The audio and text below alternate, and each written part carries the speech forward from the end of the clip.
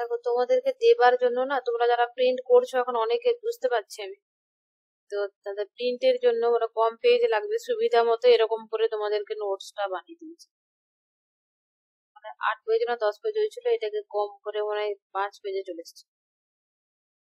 এটা তোমাদেরকে গ্রুপে দেখো দিয়ে দিয়েছি, সবার গ্রুপেতে। আর এখন আমরা এই ভিডিও থেকে পড়বো।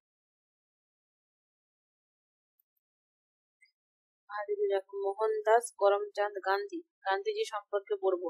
গান্ধীজির পলিটিক্যাল পার্টির ওই একটা জিনিস বাদ চলে যাবে আজকে, উচিত প্রথাটা, ট্রাস্টিসিজম। বাকি সমস্ত কিছু পড়া হবে। যেটুকু এক দুটো টপিক রয়ে গেল ওটা পরে যখন পলিটিক্যাল ফিলোসফি পড়াবো তার সাথে ইনক্লুড করবো। এখানে দেখো এই জীবনী সম্পর্কে তো আমাদের এক্সামে আসে না, তবু ফটাফট করে 2-4টা লাইন আমরা জেনে নিই। দেখো কারো কোনো শোনায় সমস্যা হচ্ছে? আওয়াজ ঠিক যাচ্ছে তো? হ্যাঁ। দেখো গান্ধীজির জীবন সম্পর্কে যদি দেখি, তাকে তো প্রথমেই যদি বলতে হয় তার সম্পর্কে যে তাকে মহাত্মা বলা হয়ে থাকে, কারণ হচ্ছে তিনি স্বতন্ত্র চিন্তা নৈতিক দর্শনের মাধ্যমে সমাজ পরিবর্তনের চেষ্টা করেছিলেন। সেই জন্য তার জন্ম হচ্ছে 2 অক্টোবর। এই ডেটটা তো অটোমেটিক মনে থাকেই। 1870 পোরবন্দরে গুজরাটে হয়েছিল। মোহনদাস করমচাঁদ গান্ধী, তার মা হচ্ছে পুতলিবাই। আচ্ছা, এখানে সব থেকে বেশি যেটা মনে রাখতে হবে সেটা হচ্ছে তিনি আফ্রিকাতে গেছিলেন পড়াশোনা করার জন্য। ওই আইনি ব্যবস্থা, আইন সম্পর্কে যে ল পড়তে গেছিলেন, ওখান থেকেই তিনি আন্দোলন শুরু করেছিলেন। কিন্তু পরে ওখান থেকে ছেড়ে চলে এসেছিলেন আফ্রিকা থেকে। দিয়ে দেশে এসে কিন্তু অসহযোগ আন্দোলন, আইন অমান্য আন্দোলন, খিলাফত আন্দোলন, ভারত ছাড়ো আন্দোলন, এই অনেক কিছু আন্দোলন তিনি এসে শুরু করেছিলেন। তারপর আনটাচেবলদের বিরুদ্ধে রুখে দাঁড়িয়েছিলেন, যাতে আনটাচেবলদের প্রতি যেগুলো করা হয় সেগুলো করা উচিত না। তারপরে তার মৃত্যু হয়েছে 30 জানুয়ারি 1948। নাথুরাম গোডসের হাতে গুলিতে তিনি মারা গেছিলেন। তাহলে এবারে আমরা ডিরেক্টলি ফিলোসফিতে চলে যাই। তাকে যদি দেখি আমরা যে কোনো সিলেবাসে, নেট, সেট, গেট, তারপর তুমি এসএসসি, পিএসসি, পিজিটি যা কিছু দেখবে সমস্ত জায়গায় কিন্তু গান্ধীজি ট্রুথ অ্যান্ড অহিংসা, মানে সত্য অ্যান্ড অহিংসা সম্পর্কে তো এই টপিকটা থাকবেই থাকবে। তাহলে গান্ধীজি দর্শনের মূল ভিত্তি হলো কি? সত্য এবং অহিংসা। তার মধ্যে সত্য মানে শুধু সত্যবাদিতা, যে শুধু সেটাই নয়, নৈতিকতা এবং চূড়ান্ত একটা বাস্তবতা থাকবে। তার সাথে হচ্ছে শুধুমাত্র যে মুখে সত্য কথা বলবি সেটা না, অহিংসা কেবল শারীরিক অহিংসার কথা বা শারীরিক ভাবে কাউকে অত্যাচার করা এটা শুধু নয়, মনের এবং কর্মে সমস্ত দিক থেকে অহিংসা থাকতে হবে। মানে অন্যের প্রতি দয়া এবং প্রেম থাকতে হবে, এগুলো অহিংসার অন্তর্গত। গান্ধীজি বিশ্বাস করতেন সত্য অহিংসার পথে চললে সমাজে ন্যায় প্রতিষ্ঠা সম্ভব হবে। গান্ধীজি ঈশ্বর এবং সত্য সম্পর্কিত ধারণাটা যদি দেখি, গান্ধীজির মতে বলছে সত্যই হলো ঈশ্বর। যদি বলা হয় ঈশ্বর আগে না সত্য আগে, লাস্ট পর্যন্ত যদি বলা হয় তাহলে তিনি ঈশ্বরকে সত্য বলেছেন, সত্যকে ঈশ্বর নাই। সত্যকে ঈশ্বর প্রথমে বলেছিলেন, পরে লাস্টে কিন্তু ঈশ্বরকেই তিনি সত্য বলছেন। লাস্ট যদি কনক্লুশন হয়। করে দিলেন দিদি, হ্যাঁ উল্টো করে দিলেন। উল্টো কি করে দিলাম গো? ঈশ্বরই সত্য নয়, সত্যই ঈশ্বর। সত্য। অনেক ব্যক্তি আছে যারা নাস্তিক, কিন্তু ঈশ্বরকে মানে না, অথচ সত্যকে মানে। পরবর্তীতে ওর জন্য চেঞ্জ করে বললো সত্য ঈশ্বর। হ্যাঁ ওটাই তো বললাম। পর্যন্ত তিনি বলেছিলেন যে ট্রুথ ইজ গড, মানে প্রথমটাকে ছেড়ে দিয়ে তারপরে এটাকে স্বীকার করেছেন। ট্রুথ ইজ গডটাকে স্বীকার করেছিল তার পরবর্তীতে। ঠিকই বলেছিলেন। শেষে তো সত্য ঈশ্বর এরকম বলেছিল। এটাই তো বলছি আমিও। প্রথমে দেখো গড সম্পর্কে, গডটাকে প্রথমে বলতে চাইছিল যে গড হলো সত্য, ঠিক আছে। পরে যেটা বলতে চাইছে, তুমি গডকে যারা মানছে না, যে কেউ একজন বললো যে গডটাকে মানছে না যারা, ঠিক আছে, আস্তিক নাস্তিক সবাই কিন্তু সত্যটাকে স্বীকার করতে বাধ্য হবে, গডকে যদি নাও মানে তারা কেউ জয়েন হতে চাইছে। বলে দিচ্ছি দিদি, সুরভি চন্দ্রনম। পুরীচন্দ্র দিয়ে দেবো, কতদিন ছাড়া ছাড়া ক্লাস জয়েন করছে। আচ্ছা, এখানে তাহলে সত্যই হলো ঈশ্বর, এটা হচ্ছে তার লাস্ট বক্তব্য ছিল। আর অদ্বৈতবাদে দেখো যেটা বলা হয়েছে, ঈশ্বরকে নির্গুণ, জ্ঞানী, মুক্তির পথ এরকম বলা হয়েছে। বৈষ্ণবতে বলা হয়েছে ঈশ্বর সগুণ, ব্যক্তিগত এবং ভক্তি মার্গে মুক্তির পথ। বৈষ্ণব ধর্ম কিন্তু তিনি মেনেছিলেন অ্যাকচুয়ালি গান্ধীজি। আর প্রথমে তিনি অদ্বৈতবাদী চিন্তাধারা পোষণ করে পরে কিন্তু সে বলেছিলেন যে ঈশ্বরই সত্য নয়, বরং সত্যই হলো ঈশ্বর, এই কথাটা লাস্ট। গান্ধীর ধর্মীয় বিশ্বাস এবং প্রভাবটা দেখো, ধর্ম কেবল ব্যক্তিগত বিশ্বাস নয়, একটা নৈতিক জীবনযাপন। এই লাইনটা রেড করে দিয়েছে, লাইনটা দিলেও অনেকবার কোশ্চেন এসেছে, এই লাইনটা দিলেও কোশ্চেন এসেছে। তিনি সর্বধর্ম সমন্বয়ের পক্ষে ছিলেন, অর্থাৎ সব ধর্মের মূল উদ্দেশ্য একই, সত্য এবং নৈতিকতা। এই লাইনটা তুলে কোশ্চেন আছে, কে বলে? এটা হচ্ছে গান্ধীজি বলেছে। মানে সর্বধর্মকে, সকল ধর্মকে কিন্তু গুরুত্বপূর্ণ বলে মনে করেছিলেন, এবং সমস্ত ধর্মের মূল যেটা নীতি সেটা কিন্তু সেম। তার ধর্মীয় চিন্তায় বৈষ্ণব দর্শনের প্রভাবটা বেশি ছিল, এবং ধর্মীয় কুসংস্কার বিভাজনের বিপক্ষে তিনি ছিলেন। যে হিন্দু রাষ্ট্র গড়ে তুলবো এরকম ধরনের কোনো কিছু ছিল না। তিনি একটা সার্বজনীন সমাজ গড়ে তোলার চেষ্টা করেছিলেন, যেখানে সকলের কল্যাণ হবে, মানুষের কল্যাণ হবে। কোনো ধর্মকে তিনি বড় করে দেখেননি, সমাজ সেবার জন্য তিনি নিজেকে নিয়োজিত করেছিলেন। গান্ধীজি অহিংসার ধারণা হচ্ছে তোমার, দেখো গান্ধীর কনসেপ্ট অফ নন ভায়োলেন্স। অহিংসা কিরকম হবে? অহিংসার ধারণা গান্ধীজির চিন্তায় নতুন নয়, কিন্তু অহিংস ধারণাটা প্রচুর পুরনো। সেটা কোথা থেকে এসেছে? গৌতম বুদ্ধ, মহাবীর, ওরা কিন্তু অহিংসার কথা বলেছে। সেই জন্য গান্ধীজি বলেছে সত্য এবং অহিংসা পাহাড়ের মতোই কিন্তু প্রাচীন। গান্ধীজি সত্য এবং অহিংসাকে একত্রে দেখেছেন, যে একটা মুদ্রা দুটো দিক যেরকম, সেরকম ভাবে এই সত্য এবং অহিংসা ঠিক সেরকম। আর এই কথাটা তুলে বহুতবার লাইন কোশ্চেন এসেছে, যে অহিংসা হলো উপায়, মেনস, আর সত্য হলো তোমার গোল। মানে আমাদের কি, আমাদের অহিংস হয়ে প্রবলেম হচ্ছে বাকিদের। না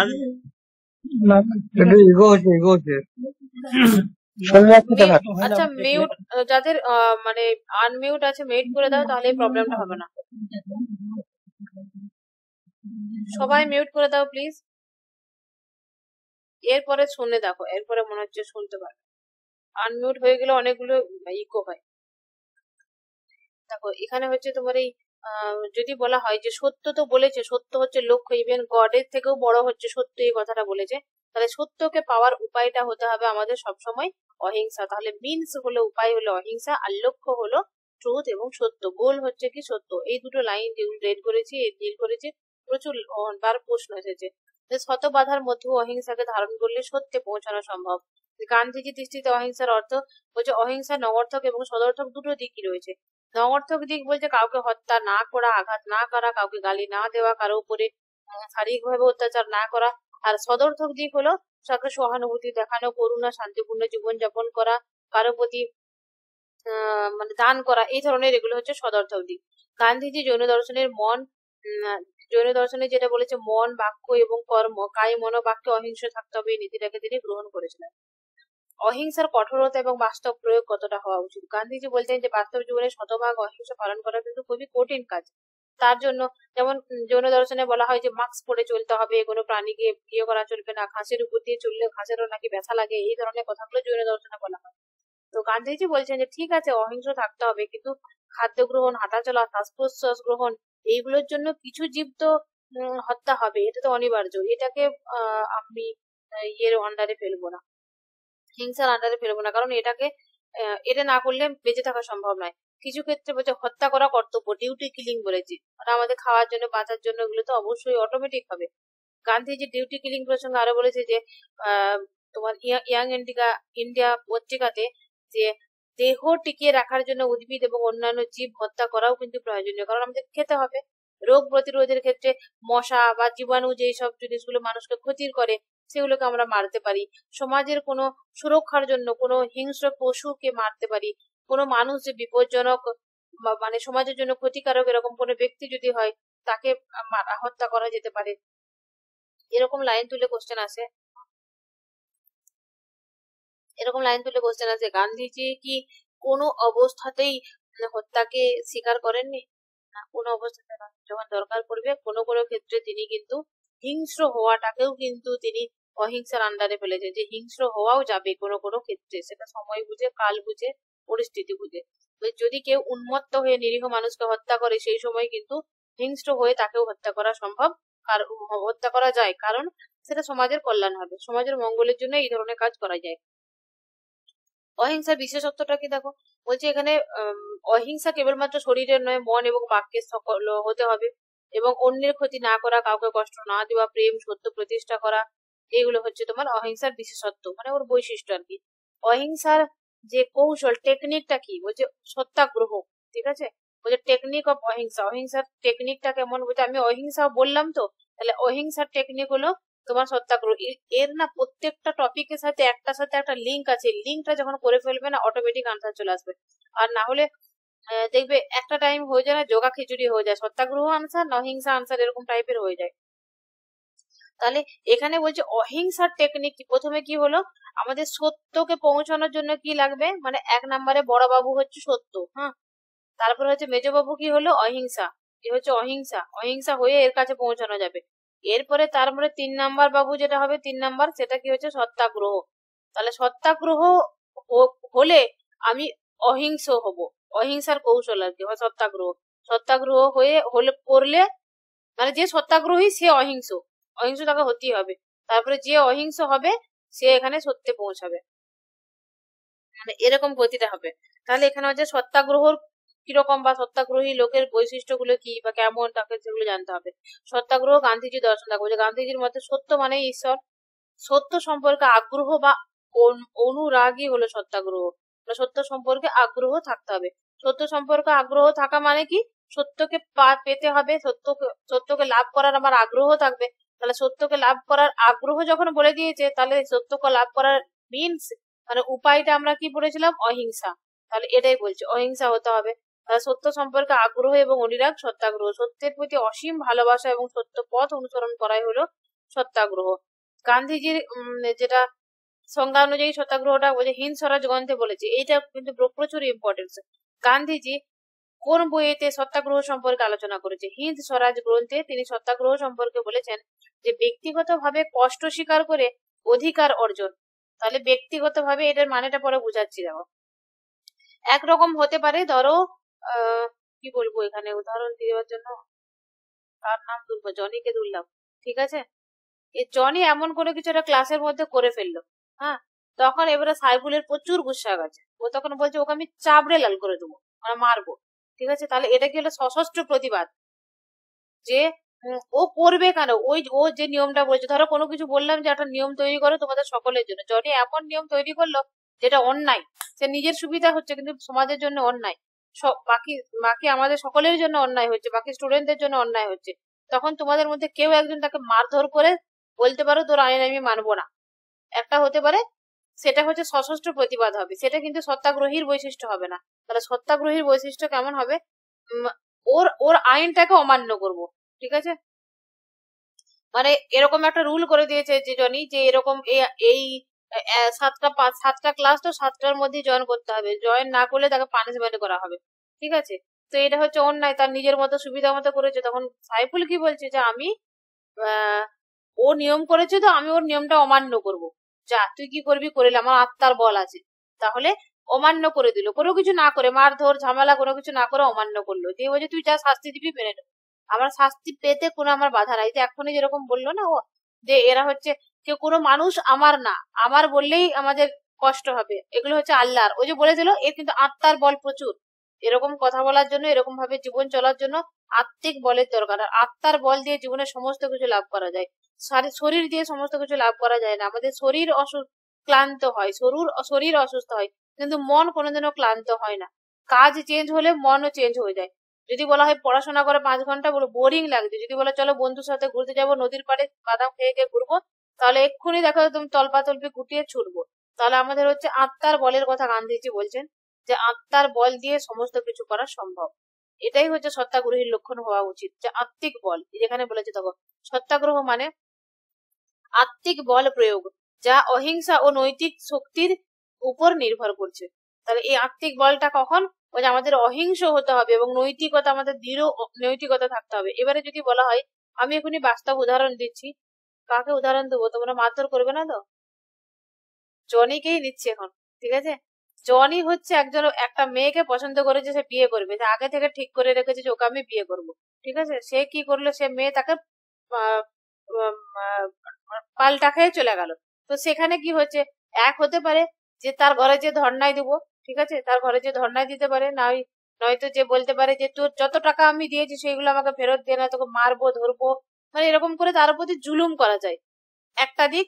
আর একটা দিক হচ্ছে অহিংস হয়ে মানে নৈতিকতার সাথে। ঠিক আছে, তুই যে করেছিস যা, তুই যা, চলে যা। সেই বললাম না সিনেমার ডায়লগ, তুই সেই বলে না, যা সিমরান যা, তুই ঠিক আছে, जा सिमरन जा, तुम अपनी जिंदगी जी ले, ঠিক আছে, मैं भी जी सकता हूँ। তুই তোর জীবন জিলে। তো এরকম, তো জনি এরকম করে বলে দিবে। তাহলে এরকম করে বলতে গেলে কিন্তু আত্মার বল লাগবে। অহিংস হয়ে থাকা মানে আত্মার বল লাগবে, আর আত্মার বলে দুনিয়ার সমস্ত কিছু সম্ভব লাভ করা। এটাই বলছে সত্যাগ্রহ মানে হচ্ছে আত্মিক বল প্রয়োগ করা, অহিংস থাকা এবং নৈতিক ভাবে চলা। আর সত্যাগ্রহ বনাম সশস্ত্র প্রতিরোধ বলে দিলাম। সশস্ত্র প্রতিরোধ মানে ও যে বলতে পারে, মারধর করতে পারে, তুই বিয়ে করবি না মানে তোর বাপ বিয়ে করবে, তোর দাদু বিয়ে করবে, তুলে নিয়ে আসবো তোকে আমি, ঠিক আছে, এরকম বলতে পারে। আর নচেত বলতে পারে যে যা, তুই চলে যা, আমি আমার মতো করে বেছে নেবো আমার জীবন। হয়ে গেল তাহলে কিন্তু দুটো পথ। আমি ম্যাম বৌদ্ধ ধর্মে অবলম্বন করতাম মধ্যম পন্থা। মারধরও করতাম না বা তাকে ছেড়েও দিতাম না, বলতাম মানে ঈশ্বরের নামে মানে হালকাভাবে রেখে দিতাম, যে মানে কি বলবো, অপেক্ষা করতাম এরকম করে, যে ঠিক যদি মানে থাকে তাহলে ঠিক আসবে, এটাই ভাবতাম। মানে না মারতাম না ছেড়ে দিতাম, আচ্ছা, মাঝ পথে ঠিক রাখতাম। আছে, যাই হোক না, ওটাও আমি আত্মিক বল। ছেড়ে দিয়ে মানে ওটাই তো আত্মিক বল, যে তুমি চলে যাও, তোমার ওটা তো ওর ইচ্ছা। তার মানে কি, তোমার আত্মার বল আছে, তার জন্য তুমি আছো, না, ঠিক কিন্তু আছে। অপেক্ষা করা না, মানে অপেক্ষা করে তাহলে মানে বলে না, হ্যাঁ কিছু হ্যাঁ, যদি মন থেকে চাও পুরো এটা ডেস্টিনি তো রং তোমাকে করে দিবে। আরে আত্মার বলেও তো অপেক্ষা করতেই বলছে। মানে এখানে কি বলতে চাইছে, এই যে বললাম যে তুমি রুল করলে, এখানে সাইফুল কি করবে, যে রুলটাকে ভঙ্গ করে দিবে। রুলটা ভঙ্গ করার কারণ কি, যে তুই রুলটা পাল্টা জনি। না যদি এখানে বলতে যে মধ্যবর্তী স্থানে থেকে যাবো, কিন্তু এটা তো রং রুট, না এটা তো যাই ওই হোক, ওর জীবন বোতলের ওর মতো মতো করে, বিসংবাদী হয়ে যাচ্ছে। ওর জীবন, অবিসংবাদিত হবে না। ওর সাইফুল জীবন। হলে তার মনে ফলে মেরে মুড়ে সম্ভব বিয়ে করে দিত। হতে পারে না, না দুটি বিকল্প একসঙ্গে সম্ভব হতে পারে না। ঠিক আছে, সুনিশ্চিত ঠিক জ্ঞান আছে, দরকার, না সম্ভব কেন হতে যাবো, আর হনুমানকে কেন স্বীকার করতে যাবো? সেরকম করে দিলে তুমি লাইফে বরবাদ হয়ে যাবে। আচ্ছা আচ্ছা, ঠিক আছে, ঠিক আছে। পরে এই জনির কাউন্সিলিং আগে চলে যাও, পরিপূর্ণতা চাই। ক্লাসের তুমি থাকলে লাস্টে, পরিপূর্ণ হবে, পরিপূর্ণ একদম, চলে যাও। এটা কিন্তু একদম একদম বাস্তব কথা। যদি জীবনে এরকম হয়ে থাকে জনি, আমি তোমাকে পরামর্শ দিচ্ছি, যদি এরকম কোনো পরিস্থিতি হয়ে থাকে, ঠিক আছে, একদম হয় ইয়েস নয়তো নো, ঠিক আছে। মাথায় মানে কোনো টেনশন রাখা যাবে না, তুমি যাবে যেখানে যাবে যাও, জনি ভাই যেরকম আমার করছে, হাজারটা জীবন আর আছে। মৃত্যুর মধ্যবর্তী সময়টাতে আটকে থাকবো, একদম যেটা না তুমি, জীবন থেকে কষ্টকর আর মৃত্যু থেকেও কষ্টকর, এর চেয়ে বড় কষ্টকর কিছু আর হয় না। একদম এটা বলতে হবে। তুমি যেখানে যাবার যাও, তুমি যাবে, আমি হাজারে খুঁজবো এখন, ঠিক আছে, লাখেতে খুঁজবো। তুমি একা যাবে তো কিছু, আমার স্যার আমাকে এটা বলেছিলেন যে একা তুই যাবি তো যা না রে বাবা, আমি লাখে খুঁজবো এখন, হাজারে খুঁজবো এখন, মেট্রোপলির সাইড থেকে খুঁজবো। তো সেরকম আর কি, এরকম যদি পরিস্থিতি আছে তুমি যাও, হয় ইয়েস আর নয় নো। তুমি তোমার মতো করে থাকো, আমি আমার মতো, একদম পুরো মাথা থেকে ডিলিট করে পড়াশোনায় নেমে পড়ো। গান্ধীজির উদাহরণ বলছে, সরকার যদি অন্যায় আইন প্রণয়ন করে, ওই যে যেটা বলেছে আর কি, যদি বল প্রয়োগ করা হয় তাহলে সেটা হবে দৈহিক বল। আর যদি বল প্রয়োগ না করা হয়, আইনটা না মেনে তাকে আমি আইন মানবো না, তোমার যা সাজা দেবার তুমি দাও, সেটা হবে আত্মিক বল। আর আত্মবিসর্জন দেখো বলছে, সত্যাগ্রহে নিজেকে বলিদান করতে হবে, অন্যদের বলির পাঠা করা হয় না। হ্যাঁ, মানে বলতে চাইছে যে আমি অন্যকে বলি করব সেটা নয়, মানে আমি নিজে দরকার পড়লে নিজেকে বলিদান দিয়ে দেবো, দরকার পড়লে আমার নিজের সমস্ত সম্পদ দিয়ে দেবো, আমি সমস্ত কিছুর জন্য আমি তৈরি। আর এখানে দেখো সত্যাগ্রহী মানে, এই কোশ্চেনটা অনেকবার আছে, যে সত্যাগ্রহী মানে তার মধ্যে ইয়ে থাকবে, দৈহিক বল প্রচুর থাকতে হবে, সে একদম বডি বিল্ডার লোক হবে, নো, বডি বিল্ডার লোক হওয়ার দরকার নাই। সত্যাগ্রহীর জন্য 3টে হাড় থাকলেই গায়ে যথেষ্ট, ঠিক আছে, আত্মার বল থাকলেই যথেষ্ট। তাহলে আত্মবিসর্জন অন্যদের বলি দেওয়ার যে শ্রেয়তর আর কি, নিজের বলিদান করা। দেখবে বলেন না যে গান্ধীজির মতে আর কি, আমি না অনেকটা গান্ধীজির পথ মেনে চলি, জানি না, আমি ন্যাচারালি মানুষটা এরকম, যে আত্মবিসর্জন অন্যদের, না মেন কথা হচ্ছে বলে যে মার খেয়ে ঘুমানো যায়, মেরে ঘুমানো যায় না, সেটা বলতে চাইছে আর কি গান্ধীজি, যে লোককে বলিদান দেওয়ার থেকে নিজে বলিদান হওয়া অনেক ভালো, নিজের বলিদান হওয়া অনেক ভালো। সত্যাগ্রহের মৌলিক নীতি কি হতে হবে দেখো, অহিংসা হতে হবে, নৈতিকতা মানবতা থাকতে হবে, আত্মশক্তি থাকবে, সংযম থাকবে, ধৈর্য সহিষ্ণুতা থাকবে, ব্রহ্মচর্য পালন করবে। আচ্ছা, এইগুলো হচ্ছে এই 4টাকে গুরুত্বপূর্ণ বলেছে, এটা প্রচুর বার কোশ্চেন এসেছে, যে গান্ধীজির মধ্যে সত্যাগ্রহ 4টা গুণ বা বৈশিষ্ট্য কি। ব্রহ্মচর্য পালন, দরিদ্র গ্রহণ, ভয়হীনতা, সত্য পালন। তাহলে ব্রহ্মচর্য পালন মানে বুঝতেই পারছো, মানে ওই সেক্সুয়াল বিষয়গুলো থেকে নিজেকে একটু এড়িয়ে থাকবে আর কি। ব্রহ্মচর্য একটা মহাব্রত, মনকে দৃঢ় করে অপরিহার্য করে চলবে। ব্রহ্মচর্য ছাড়া মানুষ দুর্বল কাপুরুষ হয়ে পড়ে। এবং এই কাম রিপুগুলোর বশবর্তী হলে মানুষ বড় রকমের কাজ কিছু করতে পারে না। যদি এই জিনিসগুলো থেকে কন্ট্রোল হওয়া যায়, একনিষ্ঠভাবে এক মনে কাজ করা যায়, অনেক কিছু সম্ভব। আমি আমার নেট পাস করার সময়ই তো আমি এমন ভাবে পড়তাম, ধ্যান জ্ঞান মন দিয়ে, 24 ঘন্টা খেতে উঠতে বসতে ঘুমাতে শুধু আমি নেটের সিলেবাস গুলোকেই যেন মনের মধ্যে আমি ভাবতাম। তো শুধু আমার বলে মনে হয় না, আমার মনে হয় যারাই এটা করে, যাদের কাকতালীয় ভাবে হয়ে যায় লাখেতে, তাদের আলাদা বিষয়। আমার লাখে হয়নি, আমি প্রচুর খেটে হয়েছে। তো এরকম ভাবে খাটতে হয়। তো সমস্ত কিছু দুনিয়ার সমস্ত কিছু থেকে নিজেকে ডিটাচ রাখতে হয়। সব থেকে বড় যেগুলোকে ডিটাচ রাখবে, কোনো অনুষ্ঠান বাড়ি, বিয়ে বাড়ি, ওগুলো থেকে দূরে রাখতে হবে নিজেকে। ওগুলো মাথা খারাপ করে দেয়, পড়াশোনার প্রচুর ডিস্ট্রাক্ট করে। সে যদি নিজের ভাইয়ের বিয়ে হয় তাও ত্যাগ করো। আমি আমার নিজের ছোট দাদার বিয়েতে আমি থাকিনি ঘরে। তো কিছু পাওয়ার জন্য কিছু ত্যাগ করতে হয়। তারপরে হচ্ছে তোমার দারিদ্র গ্রহণ করতে হবে। দারিদ্র গ্রহণ বলতে কি তুমি গরিব হয়ে যাও সব দান করে দাও এরকম কোনো কিছু না।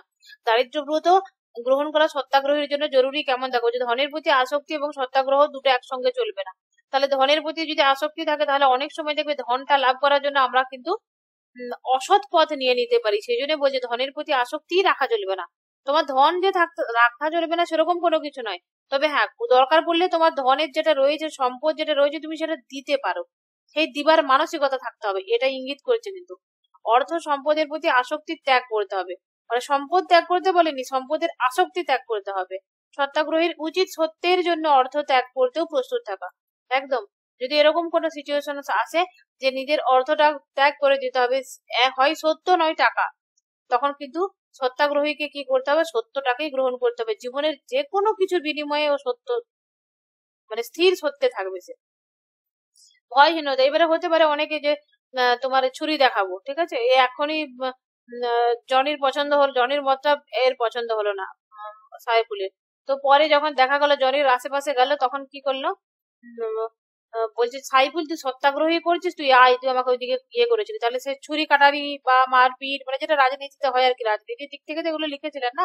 তো এরকম যদি সিচুয়েশন আসে, বলছে সেইখানে ভয়হীনতা থাকতে হবে, যে আমি যে কোনো পরিস্থিতির জন্য আমি তৈরি, সত্যাগ্রহী আমি ছাড়বো না। নির্ভীক ভাবে ভয় শূন্য ভাবে আমি নিজেকে চালিয়ে নিয়ে যাবো। সব পরিস্থিতিতে ভয় মুক্ত থাকবো। বিপদের সম্মুখীন হলেও আমি সত্যের পথই গ্রহণ করব এবং সহ্য করে নেব যে কোনো পরিস্থিতি। কঠিন পরিস্থিতিতেও সত্য পথ ত্যাগ করা উচিত নয়। সত্য পালন কেমন, বলছে গান্ধীজি সত্যাগ্রহকে সত্যের বল বলে বর্ণনা করেছে। যে কোনো মূল্য দিয়ে সত্য অনুসরণ করা প্রয়োজন, কোনো পরিস্থিতিতে মিথ্যা বলা যাবে না। সত্যাগ্রহী কখনো মিথ্যাচারের বিপদে পড়বে না এবং মিথ্যাচারী পথ গ্রহণ করবে না। হলো এই চারটা প্রচুর ইম্পর্টেন্স মনে রাখবে। ব্রহ্মচর্য পালন, দরিদ্রতা গ্রহণ করতে হবে, পালন বলেনি কিন্তু গ্রহণ নিতে হবে, ভয়হীনতা, সত্য পালন, এগুলো হলো সত্যাগ্রহীর চারটি মূল বড় বড় বৈশিষ্ট্য। এছাড়াও এর সাথে রিলেট করে যা যা হবে, ভেঙে ফুটে বিশ্লেষণ করে ব্যাখ্যা করে বা ঘুরিয়ে পেঁচিয়ে কোশ্চেন আসতে পারে। তো এই অপশন গুলো মাথায় রেখে আনসারটা করে ফেলবে। আচ্ছা, এবারে হলো পলিটিক্যাল ফ্রিডম, যেটা স্বরাজ। স্বরাজ বলতে কি, পলিটিক্যাল ফ্রিডম স্বরাজ, নিজে, রাজ আমি নিজে রাজ করবো, প্রত্যেকটা মানুষ নিজে নিজে রাজ করবে আর কি। গ্রাম রাজ্যের বলেছিল না, গ্রাম রাজ্য, ভিলেজ রিপাবলিক গ্রহণ করতে বলেছিল আর কি, হতে হবে বলেছিল। তাহলে স্বরাজ হলো যে একটা কেন্দ্রে একজন থাকবে, মোদি দাদু, আর ওখান থেকেও ইয়ে নাড়াবে, ঘন্টি নাড়াবে, আর আমরা এখানে নড়বো, এরকম টাইপ থাকবে না। আমাদেরও ছোট মতো একটা প্রত্যেকটা গ্রামে গ্রামে একটা করে শাসন ব্যবস্থা থাকবে। একজন অবশ্যই শাসন করার জন্য একজনকে নির্বাচন করা হবে, সে যদি বদমাইশি করে তাকে টেনে নামানোরও ক্ষমতা মানুষের থাকবে। সর্বোপরি ক্ষমতা থাকবে মানুষের, এই কথাটা তিনি বলেছিলেন স্বরাজের। গান্ধীজির মতে আদর্শ রাষ্ট্র প্রতিষ্ঠার পূর্ব শর্ত হলো রাজনৈতিক একটা স্বাধীনতা। আদর্শ রাষ্ট্র তাহলে কখন প্রতিষ্ঠা হবে, যখন রাজনৈতিক স্বাধীনতা থাকবে, অহিংসা আন্দোলনের মাধ্যমে। এবারে দেখো, এই ভোট হচ্ছে, আমি নাম করছি না এখন, ভিডিও কোনো ভাবে এখন বাইরে গেলে আমাকে ধরে নিয়ে যখন পুলিশে দিবে, যখন জানছেন থানায় ভাত খাওয়ার ইচ্ছা নাই। এই যে দেখো, বলছে না রাজনৈতিক স্বাধীনতা, এই রাজনৈতিক স্বাধীনতা থেকে এখন আছে, আমাদের বর্তমানে নেই। উদাহরণ দিচ্ছি, যখন ভোট গুলো হয় পঞ্চায়েতের, যে নমিনেশন জমা করার দিন থাকে না, রাস্তায় রাস্তায় মোড়ে মোড়ে যেখানে নমিনেশন জমা হবে না, রাস্তায় রাস্তায় মোড়ে মোড়ে পুলিশ দিয়ে, লোক দিয়ে, রাজনৈতিক নেতা দিয়ে ওদেরকে কিন্তু আগুলে রাখা হয়, যেতে নমিনেশন জমা দিতে দেওয়া হয় না। এটা কি রাজনৈতিক স্বাধীনতার আন্ডারে পড়ে? বলো, এটা আদর্শ রাষ্ট্র কিভাবে প্রতিষ্ঠা হবে? তাহলে তো দিদি দিদি থেকে যাচ্ছে না, এদিকে দাদা দাদাই থেকে যাচ্ছে। তো তারা পাওয়ার ইউজ করে, পাওয়ারটা তার হাতে আছে মানে পাওয়ার ইউজ করে সে আবার পাওয়ারে চলে আসছে। এটা কোনোদিনও আদর্শ রাষ্ট্র হতে পারে না। অহিংসা আন্দোলনের মাধ্যমে তিনি রাজনৈতিক স্বাধীনতা অর্জনের কথা বলেছেন। বলছে ঠিক আছে, রাজনৈতিক স্বাধীনতা তোমাদের চাই, কিন্তু মানুষ তোমরা অহিংস হয়ে কাজটা করো, হিংসা মারপিট হানাহানি করে নয়। স্বরাজ শব্দটার অর্থ হচ্ছে নিজেদের সরকার। স্বরাজ মানে নিজেদের সরকার, আত্মপরিচালনা, আমরা নিজেরা নিজেদের পরিচালনা করব। এবারে হচ্ছে তোমার গান্ধীজি দৃষ্টিভঙ্গি থেকে স্বরাজ বলছে, দেখো বলছে রাজনৈতিক অর্থে শুধুমাত্র স্বরাজকে নয়, ব্যাপক সামাজিক নৈতিক অর্থ। শুধুমাত্র যে রাজনৈতিক ভাবে তো স্বরাজ হবে, আমরা নিজেরা রাজত্ব করব, কিন্তু সামাজিক সমাজের দিক থেকেও কিন্তু আমাদের একটা প্রত্যেকটা মানুষের স্বাধীনতা থাকবে, নৈতিকতার দিক থেকেও তাদের স্বাধীনতা থাকবে। ইয়ং ইন্ডিয়া পত্রিকাতে তিনি বলেছেন, যদি স্বরাজ বলতে আমি বুঝি জনগণের মতামত দ্বারা গঠিত ভারতীয় সরকার। তাহলে কি হলো? জনগণের মতামত দ্বারা গঠিত ভারতীয় সরকার, যেখানে মানুষ নিজের শ্রম দিয়ে রাষ্ট্রের সেবা করবে।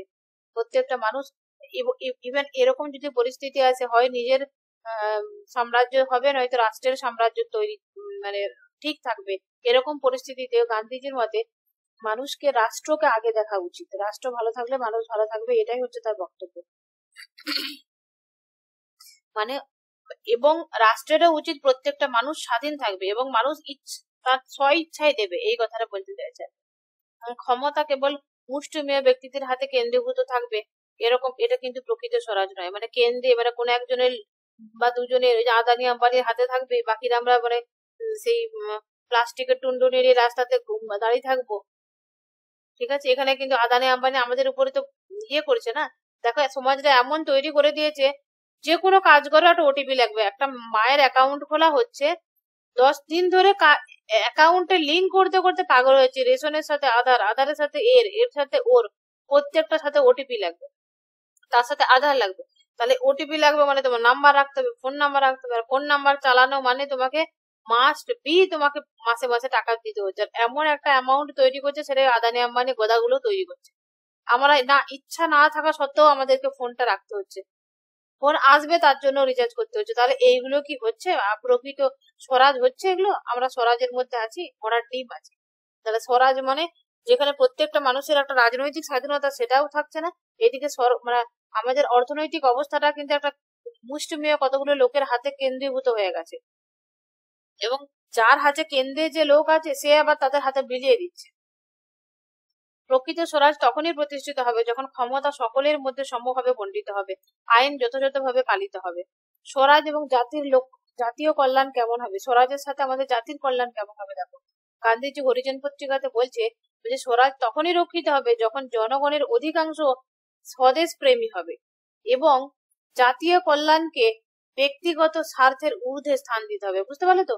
ব্যক্তিগত স্বার্থের ঊর্ধ্বে জাতির কল্যাণকে দেখবো। এখানে কিন্তু কোন একজন কেন্দ্রের আমাদের দাদু আছেন, ভাই ও বেহেনও, ঠিক আছে, সে কি করছে যে কয়েকটা মানুষের ট্যাক্স ছাড় করে দিচ্ছে, কয়েকটা মানুষকে ভেতরে তাদেরকে সে টাকা দিচ্ছে না, একটা টাকা দেওয়ার বিনিময় ছিল। দেখবে ধ্রুবরাটে ভিডিও দেখলে বুঝতে পারবে কত। এখন তো সেই SBI ব্যাংক থেকে বা বিভিন্ন ব্যাংক থেকে যারা রাজনীতি করে, ধরো আমি একটা কোম্পানি করবো, আমি বলছি আমি পাবলিকেশন করবো, হ্যাঁ বুক পাবলিকেশন করবো। আমি দেখছি লোকের বুক পাবলিকেশন হাউসে পাবলিকেশন করলে আমার প্রচুর মানে ফালতু ফালতু হয়ে যাচ্ছে, অনেক প্রবলেম হচ্ছে, তো আমি নিজের একটা পাবলিকেশন করবো। তাহলে এখানে হলো আমার পাবলিকেশন আমি দুর্নীতি করবো। সব থেকে বড় পাবলিকেশন উদাহরণ বাদে মেডিসিন, ঠিক আছে, একটা মেডিসিন কোম্পানি আমি খুলবো। এবারে হলো আমি মোদিকে বা আমি সরকার যে যার আন্ডারে আমি আছি তাকে আমি একটা মোটা কোটি টাকা দিয়ে দিলাম, দিয়ে আমি মেডিসিন কোম্পানি করে দিলাম, তাদের কাছ থেকে সাইন নিয়ে সরকারি ভাবে অনুমোদন করে চালু হয়ে গেল আমাদের, ঠিক আছে। তো সেখানে মেডিসিনেতে যেই ইনস্ট্রুমেন্ট গুলো বা যেই মেটেরিয়াল গুলো দেওয়ার দরকার সেই মেটেরিয়াল গুলো থাকছে না, বা পর্যাপ্ত পার্সেন্টেজে থাকছে না। শুধুমাত্র একটা ওষুধ দেখো ধুলো বাটি দিয়েও কিন্তু চুন দিয়ে ওষুধ বানানো হয়ে যায়। তাহলে যে কোনো কিছু দিয়ে ওষুধ বানিয়ে দেবে, তাহলে যেটা থাকার দরকার সেটা পর্যাপ্ত পরিমাণে থাকছে না। সেই করোনাতে অনেক মানুষ মরে গেছে। ইভেন আমার নিজের হয়েছিল, আমি নিজে এমন কিছু ওষুধ খাচ্ছিলাম, খেয়ে বেশি করে অসুস্থ হয়ে পড়েছিলাম। ওষুধটা খাওয়া বন্ধ করতে আমি নর্মালি ন্যাচারালি ঠিক হলাম। তাহলে এই যে কোম্পানিগুলো, কতগুলো কোম্পানি বেরিয়েছে, পরে অবশ্য ইয়ে করে বেরিয়েছে, কেস হয়েছিল। তাহলে এই যে টাকাগুলো দিচ্ছে সরকারকে নিজের স্বার্থের জন্য, তাহলে জাতির কল্যাণ তো হবে না। তাহলে আমি যাই করি কিনা কেন, যে কোনো পরিস্থিতিতে আমাকে মাথায় রাখতে হবে যাতে সমাজের কোনো দূষণ না হয় সেখানে। আমি একটা মেডিসিনের কোম্পানি খুলে দিচ্ছি, মানে মানুষ কিনে খাবে, তার টাকা সম্পদ, ইভেন কেউ জমি জায়গা বিচেও সে ওষুধটা কিনে খাবে, তাহলে ওষুধটা কিনে খেয়েছে মরবে না বাঁচবে সেটা আমার দেখা উচিত। এই জিনিসটা বলতে জাতির কল্যাণকে ব্যক্তিগত স্বার্থের ঊর্ধ্বে রাখতে হবে, তবেই স্বরাজ হবে। যদি জনগণ দুর্নীতিগ্রস্ত ও স্বার্থান্বেষী হয়ে পড়ে, তবে স্বরাজের বদলে অরাজকতাই তৈরি হবে, যখন হচ্ছে এখন বর্তমানে অরাজকতাই তো হবে। কোনো একজন সোনার ইয়ে পড়ছে, ড্রেস পড়ছে, আর কোনো একজন ফাটার ড্রেস পড়ছে, ড্রেস পাচ্ছে না, খোলা ঘুরছে। স্বরাজ ও সাম্প্রদায়িকতা বলছে গান্ধীজি স্বরাজের সাথে সাম্প্রদায়িকতা, দেখো স্বরাজ বলতে কিন্তু কোনোদিনও বলেনি যে হিন্দু রাজ হবে, হিন্দুরা রাষ্ট্র তৈরি করবে বা হিন্দু রাষ্ট্র তৈরি হবে, এরকম কোনোদিনও বলেনি। এই ধারণাটা ভুল। এই লাইনটা তুলে প্রচুর কোশ্চেন এসছে যে প্রকৃত স্বরাজ তখনই আসবে যখন সকল সম্প্রদায় একত্রে দেশ শাসন করবে। ন্যায়ের ভিত্তিতে প্রতিষ্ঠিত যে সমাজ ব্যবস্থাই হলো প্রকৃত স্বরাজ। স্বরাজের সাথে অর্থনৈতিক অবস্থা, তাহলে স্বরাজের অর্থনৈতিক অবস্থাটা কেমন হবে? ওই যে দরিদ্র, গান্ধীজির মতে স্বরাজ হচ্ছে দরিদ্র মানুষের স্বরাজ। ধনী এবং দরিদ্র সকলের জীবনযাপনের জন্য প্রয়োজনীয় যে সামগ্রী সেটা সমানভাবে বন্টিত হতে হবে, এবং যার যতটা দরকার সে ততটাই গ্রহণ করো। তোমার যদি প্রয়োজন না হয়, প্রয়োজনে অতিরিক্ত তুমি গ্রহণ করো না, আর অতিরিক্ত যদি থেকেও থাকে তোমার আশেপাশে গরিবদের মধ্যে তুমি দান করো, এই কথাটা তিনি বলেছেন। এটা এটির অর্থ নয় যে ওই যে এই যে বলেছে যে দরিদ্র দুজনের সমান থাকবে, তা বলে এটা নয় যে, এটা বলছে না যে ধনীদের সম্পদ বেশি থাকবে না এবং গরিবদেরকে সব দিয়ে দিতে হবে, সব দিয়ে দিতে হবে, এটাও সে বলছে না। কিন্তু এটা বলছে যে প্রয়োজনীয় সুখ স্বাচ্ছন্দ্যের নিশ্চয়তা থাকাই প্রকৃত স্বরাজ। মানে একটা মানুষের যে আমার ঘরের পাশে রয়েছে, আমি 10 তলা বিল্ডিং এ রয়েছি, মার্বেল পাথরে কাঁচে একদম মোড়ানো একটা বাড়ি, আর আমার পাশে একজন বাড়ির মানুষ রয়েছে, দেখতে পাচ্ছি তার ছেলে ন্যাংটা করছে, ঠিক আছে, হয়তো 10 দিন সে গা ধুতে পারছে না, সাবান নেই, বা তার দুদিন হাঁড়িতে ভাত চড়ছে না। আমাদের মুসলিম ধর্মও এটা বলে যে তাকে দাও, তাকে তুমি খাও, তবে তুমি তাকে দিয়ে খাও, তার পর্যাপ্ত যেটুকু তাকে বেঁচে থাকার জন্য যেটা লাগে সেই সুখ স্বাচ্ছন্দ্যটা যেন সে পায়, সেইটুকু অন্তত তুমি দাও। তোমার সমস্ত সম্পদ তুমি দিয়ে দাও, এটা বলছে না। যতক্ষণ না দরিদ্রদের প্রাথমিক যে প্রয়োজন মেটানো হচ্ছে, ততক্ষণ পূর্ণ স্বরাজ প্রতিষ্ঠিত হওয়া সম্ভব না। তাহলে প্রাথমিক প্রয়োজন কোনগুলো হবে? পর্যাপ্ত পরিমাণে তার একটা ছোট একটা থাকার ঘর, খাওয়া এবং পড়া, এগুলোই লাগবে, তার শিক্ষা লাগবে, এগুলো হচ্ছে থাকলে তবে পূর্ণ স্বরাজ প্রতিষ্ঠিত হবে। এরপরে দেখো গান্ধীজির বিকেন্দ্রীকরণ, ডিসেন্ট্রালাইজেশনটা কি? What is decentralisation? সেন্টার মানে কি হলো কেন্দ্র, ডি মানে তার উল্টো, তাহলে ডিসেন্ট্রালাইজেশন মানে হচ্ছে বিকেন্দ্রীকরণ। মানে কেন্দ্রে কোনো একজনের কাছে শক্তিটা থাকবে না, যে গোটা দেশের শক্তি একজনের কাছে থাকবে, সেই গোটা দেশকে আমাদের আগুনের ডগায় নাচাবে, এরকম হবে না। বিকেন্দ্রীকরণ মানে যে আম্বানির মোটা বেটার মাথা যে সমস্ত সম্পত্তি গুলো থাকবে, আর আমরা শুধু ঘুরে বেড়াবো। আমরা মাসে 50,000 টাকা রোজগার করে আমরা ট্যাক্স দেবো 5,000 টাকা, আর তারা 5 কোটি টাকা রোজগার করে 5,000 টাকা ট্যাক্স দেবে, এটা কোনোদিনও হওয়া উচিত না। বিকেন্দ্রীকরণ হওয়া উচিত, প্রত্যেকটা মানুষের জন্য সমান সমস্ত কিছু হতে হবে, এবং রাজনৈতিক, অর্থনৈতিক, সামাজিক সমস্ত কিছু শক্তি এবং সমস্ত কিছু পাওয়ার অবশ্যই কিন্তু তোমার কেন্দ্রে থাকবে না, সেটা কার থাকবে? সেটা মানুষের মধ্যে থাকবে। তোমাদের কারো কোনো সাউন্ড নেই, শোনা যাচ্ছে তো? হ্যাঁ, শোনা যাচ্ছে। বলছি কেন্দ্রীভূত শক্তির পরিবর্তে স্থানীয় শাসন ব্যবস্থাকে শক্তিশালী করতে হবে। তিনি গ্রাম রাজ্য, এই জন্যই তিনি কি বলেছিলেন দেখো, গ্রাম রাজ্য, এরা কোশ্চেন আসতে ডিসেন্ট্রালাইজেশনের কথা বলতে গিয়ে তিনি গ্রাম রাষ্ট্র মানে ভিলেজ রিপাবলিকের কথা তিনি বলেছিলেন। বিকেন্দ্রীকরণের মূল যে লক্ষ্য, স্বশাসিত স্বয়ং সম্পূর্ণ এক গ্রাম ব্যবস্থা গড়ে তুলতে হবে, যেখানে আমাদের এই গুটিগত ঘরের মধ্যে শাসন ব্যবস্থা জন্য একজন থাকবে, ঠিক আছে, 5টা 10টা গ্রাম নিয়ে একজন থাকবে, এরকম করে থাকবে, নাকি একজনই লোক থাকবে যে সমস্ত মানুষকে একদম চালাবে, এরকম কোনো কিছু নয়। ছোট ছোট করে গ্রাম থাকবে, যেখানে নিজেরাই নিজেদের সমস্ত কিছুকে তৈরি করবো, নিজেদের ইচ্ছা মতো ভোট দেবো, নিজেদের মতো করে চলবো, এবং কাউকে বসাবো, বদমাইশি করলে তার টাকের চুল ধরে টেনে নামিয়ে দিব, এরকম ক্ষমতা কিন্তু মানুষের মধ্যে থাকা উচিত, এটা তিনি বলেছিলেন। বিকেন্দ্রীকরণের বৈশিষ্ট্য দেখো, গ্রাম পঞ্চায়েতের গুরুত্ব, যে প্রতিটা গ্রাম একটি স্বাধীন এবং প্রশাসনিক ও অর্থনৈতিক ইউনিট হবে, স্বনির্ভর গ্রাম হবে, মানে স্থানীয় সম্পদের সর্বোচ্চ ব্যবহার করে স্বনির্ভর অর্থনীতি গড়ে তুলতে হবে। এটা নয় যে আমাদের দেশে সম্পদ তৈরি হলো বা আমাদের দেশে এত ধান চাল তৈরি হলো, মানে মোদির চেলা এসে আমাদের তুলে নিয়ে সব চলে গেল, এরকম না। আমাদের এলাকায় তৈরি হয়েছে, আমাদের এলাকায় যেটা হয়েছে আমরা আগে ভোগ করব, নাকি সেটা আমি বাংলাদেশে, পাকিস্তানের সাইডে যারা তিব্বতে নেপালে রয়েছে আমি তাদেরকে দিয়ে দেবো, বা আমাদের দেশের ওয়েস্ট বেঙ্গলের চালটা যে আমি গুজরাটে ওকে দিয়ে আসবো, সেরকম না।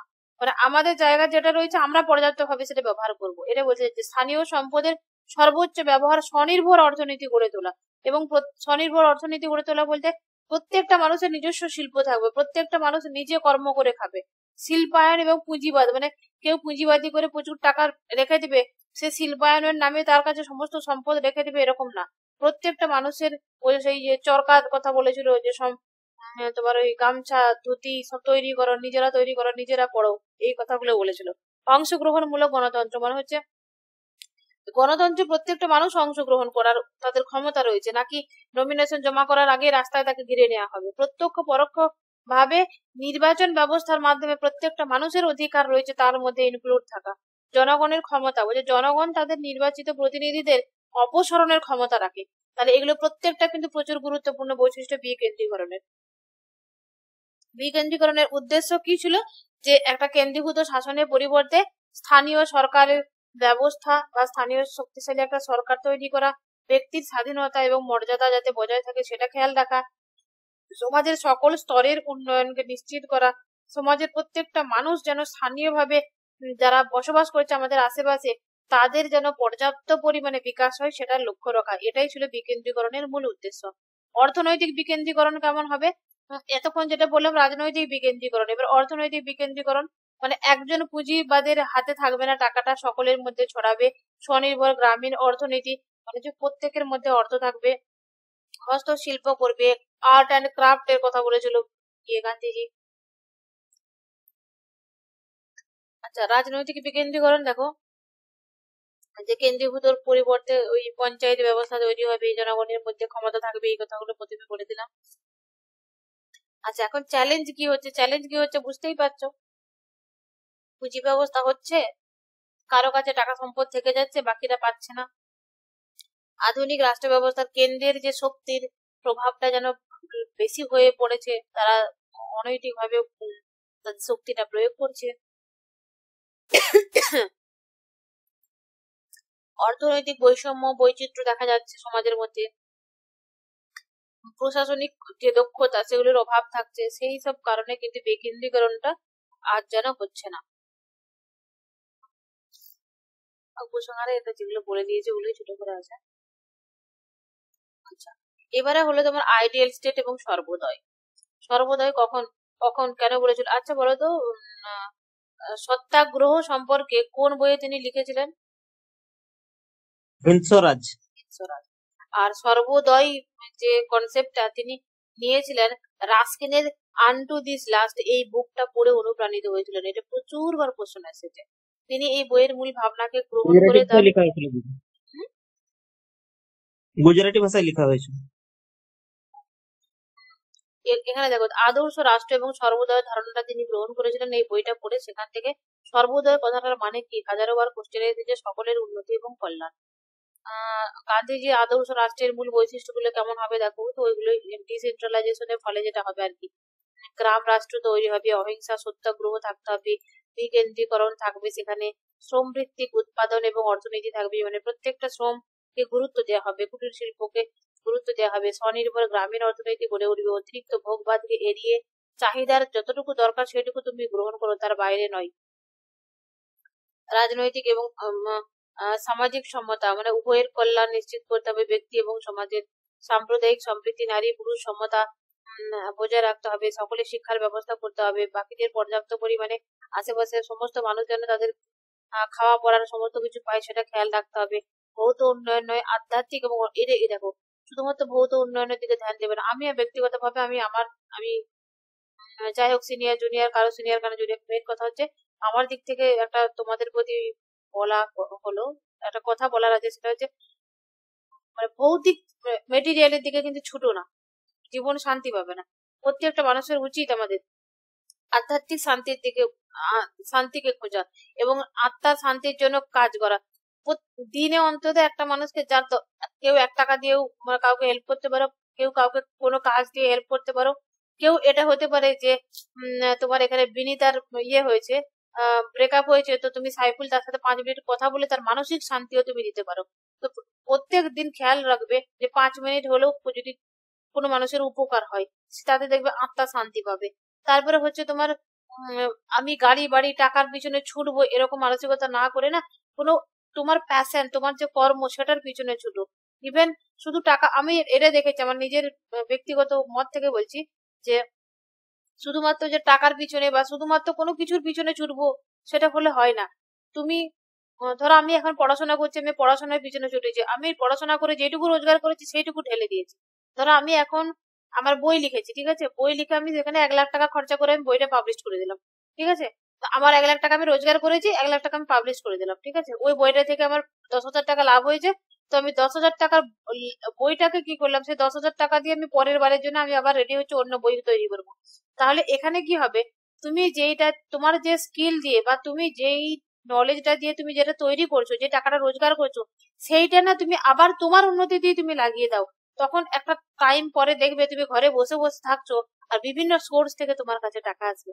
এইটা ফলো করবে, দেখবে উচিত, আমি এটা ফলো করি এবং আধ্যাত্মিক দিকটাকে গুরুত্ব দেবে। এবং যে কি বলে যেন শাড়ি গয়না সম্পত্তি বাইক টাকা হলেই আমি কিছু কিনে নেবো এরকম জিনিসের দিকে ছোটা কিন্তু উচিত না। সর্বদয় লক্ষ্য সকলের জন্য উন্নয়ন এবং কল্যাণ নিশ্চিত করা। আচ্ছা, এবারে হয়ে গেল, পড়া হয়ে গেল, এবারে কোশ্চেন গুলো দেখো। আর এখানে নোটসটা প্রচুর ছোট করেই লিখেছি, তোমরা কিন্তু অবশ্যই পড়বে। আর এখান থেকে গান্ধীজি মাস্ট বি পড়বে, কারণ এখান থেকে কোশ্চেন মানে যে কোনো পৃথিবীর এক্সাম দিয়ে দাও তুমি, ফিলোসফি সাবজেক্টে যে কোনো জায়গায় যাও তুমি গান্ধীকেও কোশ্চেন পাবে, সিলেবাসে পাবে। আর যে টপিক গুলো আজকে আছে সেই টপিক গুলো প্রত্যেকটা সিলেবাসের সাথে যুক্ত। তাহলে এবারে কোশ্চেনের আনসার কিন্তু একদম রকেট স্পিডে দাও। 30টা না 20টা কোশ্চেন আছে, তো 10 মিনিটে ছেড়ে দিতে হবে, সেরকম মানসিকতায় আনসার করো। মহাত্মা গান্ধীর মতে চূড়ান্ত বাস্তবতা কি? অহিংসা, ঈশ্বর, সত্য, ধর্ম। সত্য। গান্ধীজির দৃষ্টিভঙ্গি অনুসারে অহিংসার সম্পর্কে কোন উক্তিটি সঠিক? মহিলারা কেন সাড়া দিচ্ছ না? তোমরা কি পিছিয়ে কেন? বাকিরা সবাই কথা বলো, সবাই পড়ো। গান্ধীজির দৃষ্টিভঙ্গি অনুসারে অহিংসা সম্পর্কে কোন উক্তিটি সঠিক? অহিংসা কেবলমাত্র শারীরিক হিংসার অনুপস্থিতিকে বোঝায়।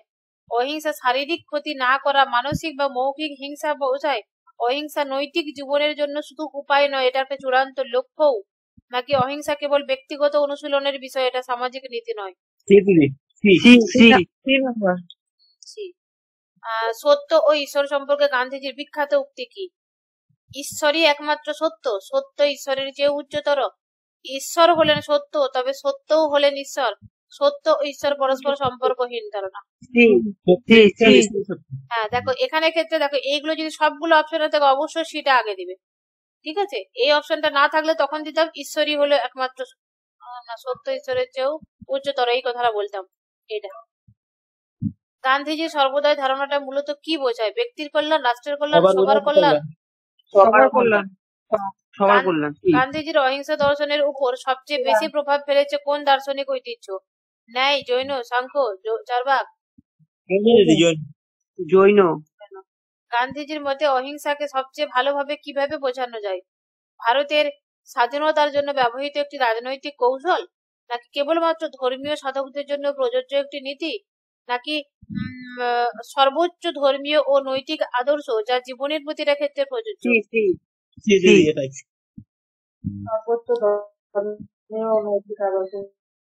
আচ্ছা, গান্ধীজির মতে সত্যাগ্রহের মূল নীতি কোনটা হবে? নির্ভীকতা, অহিংসা, শক্তি প্রয়োগ নাকি আত্ম? দেখো, এর নির্ভীকতাও কিন্তু হবে, কিন্তু মূল বলেছে অহিংসা আগে, তারপরে নির্ভীকতা, তারপরে আত্মরক্ষাও কিন্তু আসে। দেখো এবারে যদি কোশ্চেন এরকম কোশ্চেন আছে, যদি আত্মরক্ষার জন্য কাউকে আঘাত করতে হয়, সেটা কি সত্যাগ্রহীর লক্ষণ হতে পারে? ইয়েস। বা তাকে কি অহিংস বলা যায়? ইয়েস। আত্মরক্ষার জন্য কিন্তু আমরা হিংস্র হতে পারি, হিংস্র হওয়ার কথাও বলেছেন। হিন্দ স্বরাজ গ্রন্থে গান্ধীজি সত্যাগ্রহকে কিভাবে সংজ্ঞায়িত করেছেন? এটি রাজনৈতিক স্বাধীনতার জন্য অস্ত্রের ব্যবহার, অন্যায়ের বিরুদ্ধে প্রতিবাদ, আর্থিক বল।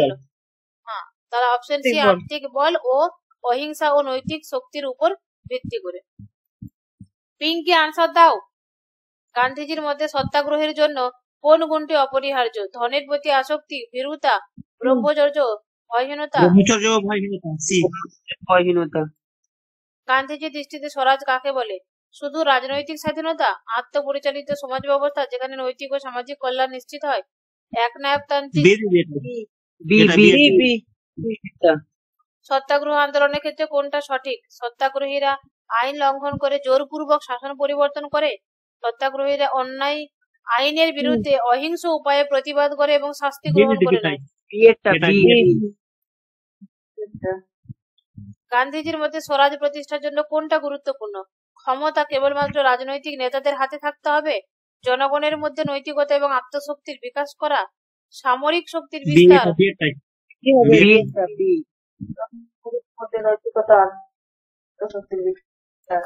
গান্ধীজির বিকেন্দ্রীকরণ নীতির মূল উদ্দেশ্য কি? কেন্দ্রীভূত প্রশাসনকে শক্তিশালী করা, স্থানীয় শাসন ব্যবস্থাকে শক্তিশালী করা। গান্ধীজির এরকম কোশ্চেন আছে যে ভিলেজ রিপাবলিক, গ্রাম রাষ্ট্রের কথা কে বলেছিল? অপশন ছিল গান্ধীজি, আম্বেদকর, যে কৃষ্ণমূর্তি, রাধাকৃষ্ণন। তো হচ্ছে এরকম কোশ্চেন আসবে, প্রচুর সহজ। গান্ধীজি হবে। তাহলে গান্ধীজির গ্রাম রাষ্ট্রটা কেমন হতে হবে? প্রধান বৈশিষ্ট্য কি হবে? স্বায়ত্ত শাসিত ও স্বনির্ভর গ্রাম ব্যবস্থা হবে, তাই তো? এটা রাইট বললাম তো? গান্ধীজির মতে বিকেন্দ্রীকরণের ভিত্তি কি হওয়া উচিত? বড় বড় শহর কেন্দ্রিক উন্নয়ন, স্থানীয় সম্পদের সর্বোচ্চ ব্যবহার হতে হবে, বৈদেশিক বাণিজ্য সম্প্রসারণ, নাকি শিল্প বিপ্লবের মাধ্যমে? স্থানীয় সম্পদের সর্বোচ্চ ব্যবহার। গান্ধীজি বিকেন্দ্রীকরণ ধারণায় কোনটির গুরুত্ব সব থেকে বেশি? পুঁজিবাদ অর্থনীতি, স্থানীয় শ্রম উৎপাদন? স্থানীয় শ্রম উৎপাদন।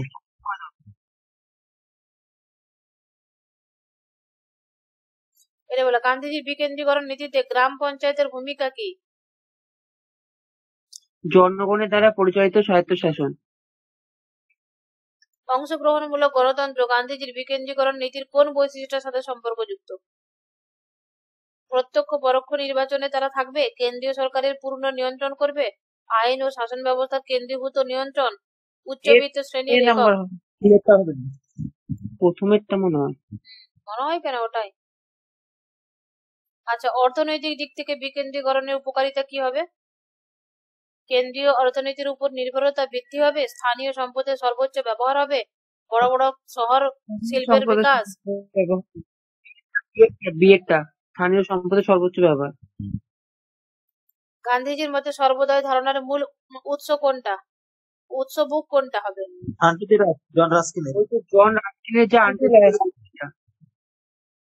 গান্ধীজির বিকেন্দ্রীকরণ দর্শন কোন সামাজিক নীতির উপর ভিত্তি করে গড়ে উঠেছে? বিকেন্দ্রীকৃত দর্শন ব্যক্তির স্বাধীনতা, স্বনির্ভরতা, সরকার দ্বারা নিয়ন্ত্রণ, অর্থনীতি, বড় বড় শহরগুলোর বিস্তার, সাময়িক শক্তির বিকাশ।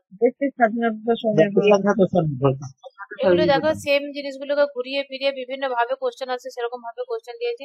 চলো, হয়ে গেছে, আজকে কমপ্লিট হয়ে গেছে গান্ধীজি।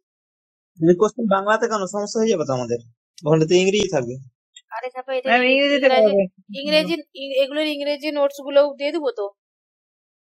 তোমরা কি চাইছো বলো? ইংরেজিতে পড়াবো না বাংলায় পড়াবো? তোমরা যেটা বলবে সেটাই করবো।